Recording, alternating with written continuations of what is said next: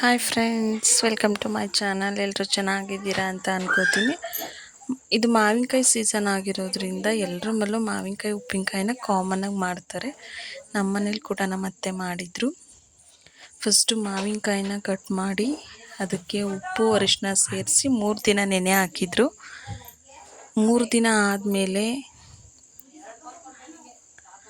ಸಾಸಿವೆ, ಬ್ಯಾಡಗಿ ಮೆಣಸಿನ್ಕಾಯಿ, ಖಾರಕ್ಕೆ ಖಾರ ಪುಡಿ, ಬ್ಯಾಡಗಿ ಮೆಣಸಿನ್ಕಾಯಿ ಕಲ್ಲರ್ಗೆ, ಖಾರ ಪುಡಿ ಬಂದು ಖಾರಕ್ಕೆ, ಖಾರದ ಮೆಣಸಿನ್ಕಾಯಿ ಕೂಡ ನಾವು ಫ್ರೈ ಮಾಡಿ ಯೂಸ್ ಮಾಡ್ಬೋದು. ಮೆಂತ್ಯ, ಜೀರಿಗೆ, ಬ್ಯಾಡಗಿ ಮೆಣಸಿನ್ಕಾಯಿ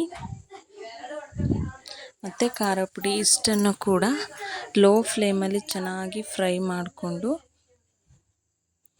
ಅದಕ್ಕೆ ಬೆಳ್ಳುಳ್ಳಿ ಮತ್ತು ಕರಿಬೇವಿನ ಸೊಪ್ಪನ್ನು ಆ್ಯಡ್ ಮಾಡಿದರು. ಕರಿಬೇವಿನ ಸೊಪ್ಪು ಮತ್ತು ಬೆಳ್ಳುಳ್ಳಿ ಏನು ಫ್ರೈ ಮಾಡಲಿಲ್ಲ, ಇದನ್ನು ಚೆನ್ನಾಗಿ ಗ್ರೈಂಡ್ ಮಾಡ್ಕೋಬೇಕು.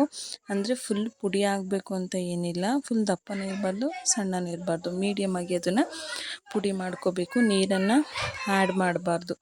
ಯಾವುದೇ ಉಪ್ಪಿನಕಾಯಿಗೆ ಸ್ವಲ್ಪ ನೀರು ಸೇರಿದ್ರೂ ಕೂಡ ಉಪ್ಪಿನಕಾಯಿ ಕೆಡುತ್ತೆ.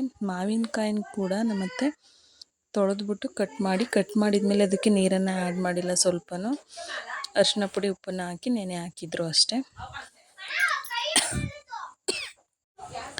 ಈ ಇಂಗ್ರೀಡಿಯೆಂಟ್ಸನ್ನು ಕೂಡ ರುಬ್ಬಬೇಕಾದ್ರೆ ಸ್ವಲ್ಪನೂ ಕೂಡ ನೀರನ್ನು ಆ್ಯಡ್ ಮಾಡಬಾರ್ದು.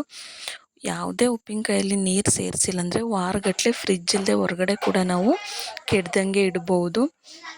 ಆಮೇಲೆ ಬಾಣಲಿಯಲ್ಲಿ ಸ್ವಲ್ಪ ಎಣ್ಣೆ ಹಾಕಿ ಸಾಸಿವೆ ಕರಿಬೇವಿನ ಸೊಪ್ಪು ಹಾಕಿ ಫ್ರೈ ಮಾಡಿ, ಎಣ್ಣೆಯನ್ನು ಆರೋಕ್ಕೆ ಎತ್ತಿಟ್ಟಿದ್ರು, ಬಿಸಿ ಎಣ್ಣೆಗೆ ಹಾಕಬಾರ್ದು ಅಂತ. ಎಣ್ಣೆ ಆರಿದ ಮೇಲೆ ಅದಕ್ಕೆ ನೆನೆ ಇಟ್ಟಿರೋಂಥ ಮಾವಿನಕಾಯಿ ಮತ್ತು ರುಬ್ಬಿರುವಂಥ ಮಿಕ್ಸ್ಚರನ್ನು ಹಾಕಿ ಚೆನ್ನಾಗಿ ಮಿಕ್ಸ್ ಮಾಡಿದರು. ನೋಡ್ತಾ ಇದ್ರೇ ಬಾಯಿ ನೀರು ಬರ್ತಾಯಿತ್ತು. ಮತ್ತು ಮಿಕ್ಸ್ ಮಾಡಬೇಕಾದ್ರೆ 1-2 ಪೀಸ್ ತೊಗೊಂಡು ತಿಂದೆ ನಾನು. ತುಂಬ ಟೇಸ್ಟಿಯಾಗಿತ್ತು. ಬಟ್ ಇದು ಒಂದು 2-3 ದಿನ ನೆಂದರೆ ಅಂತೂ ತುಂಬ ಟೇಸ್ಟಿಯಾಗಿರುತ್ತೆ.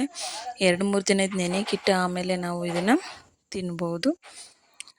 ನನ್ನ ವಿಡಿಯೋ ಇಷ್ಟ ಆದರೆ ಲೈಕ್ ಮತ್ತು ಸಬ್ಸ್ಕ್ರೈಬ್ ಮಾಡಿ ಮತ್ತು ಫಾಲೋ ಮಾಡಿ. Thank you for watching. Thank you.